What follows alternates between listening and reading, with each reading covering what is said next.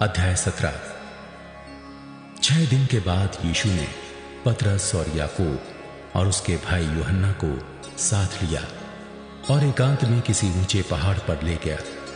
वहां उनके सामने उसका रूपांतर हुआ और उसका मुंह सूर्य के समान चमका और उसका वस्त्र ज्योति के समान उजला हो गया। और मूसा और एलिय्याह उसके साथ बातें करते हुए उन्हें दिखाई दिए।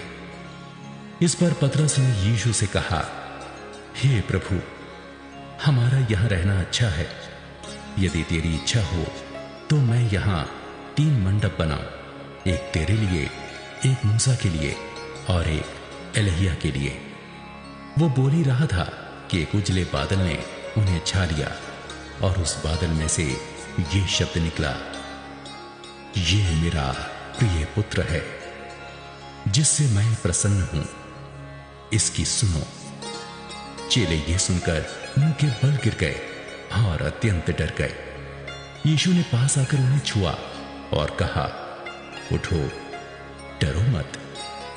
तब उन्होंने अपनी आंखें उठाईं और यीशु को छोड़ और किसी को न देखा। जब वे पहाड़ से उतर रहे थे तब यीशु ने उन्हें यह आज्ञा दी, जब तक मनुष्य का पुत्र मरे हुओं में से ना जी उठे तब तक जो कुछ तुमने देखा है किसी से ना कहना। इस पर उसके चेलों ने उससे पूछा, फिर शास्त्री क्यों कहते हैं कि एलिय्याह का पहले आना अवश्य है?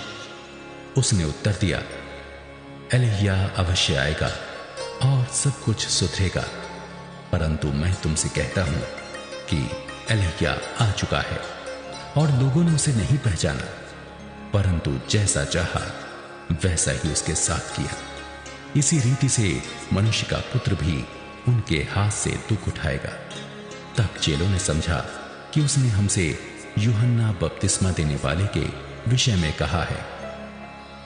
जब वो भीड़ के पास पहुंचे तो एक मनुष्य उसके पास आया और घुटने टेक कर कहने लगा, हे प्रभु, मेरे पुत्र पर दया कर, क्योंकि उसको मिर्गी आती है और वो बहुत दुख उठाता है और बार बार आग में और बार बार पानी में गिर पड़ता है।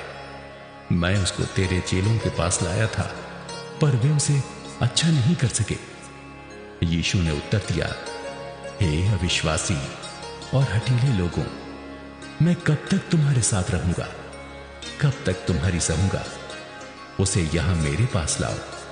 तब यीशु ने दुष्ट आत्मा को डांटा और वो उसमें से निकल गई और लड़का उसी घड़ी अच्छा हो गया। तब चेलों ने एकांत में यीशु के पास आकर कहा, हम उसे क्यों नहीं निकाल सके? उसने उनसे कहा, अपने विश्वास की घटी के कारण, क्योंकि मैं तुमसे सच कहता हूं, यदि तुम्हारा विश्वास राई के दाने के बराबर भी हो तो इस पहाड़ से कह सकोगे, यहां से सरक कर वहां चला जा, तो वो चला जाएगा और कोई बात तुम्हारे लिए असंभव ना होगी। पर यह जाति बिना प्रार्थना और उपवास के नहीं निकलती। जब वे गलील में थे तो यीशु ने उनसे कहा, मनुष्य का पुत्र मनुष्यों के हाथ में पकड़वाया जाएगा, वे उसे मार डालेंगे और वो तीसरे दिन जी उठेगा। इस पर वो बहुत उदास हुए।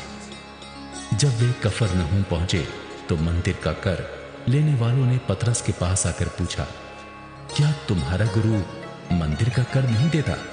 उसने कहा, हां, देता है।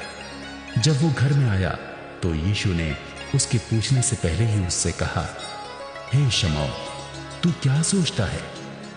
पृथ्वी के राजा महसूल या कर किनसे लेते हैं, अपने पुत्रों से या परायों से? पतरस ने उससे कहा, परायों से। यीशु ने उससे कहा, तो पुत्र बच गए, तो भी इसलिए कि हम उन्हें ठोकर ना खिलाएं। तो झील के किनारे जाकर बंसी डाल और जो मछली पहले निकले उसे ले, उसका मुंह खोलने पर तुझे एक सिक्का मिलेगा, उसी को लेकर मेरे और अपने बदले उन्हें दे देना।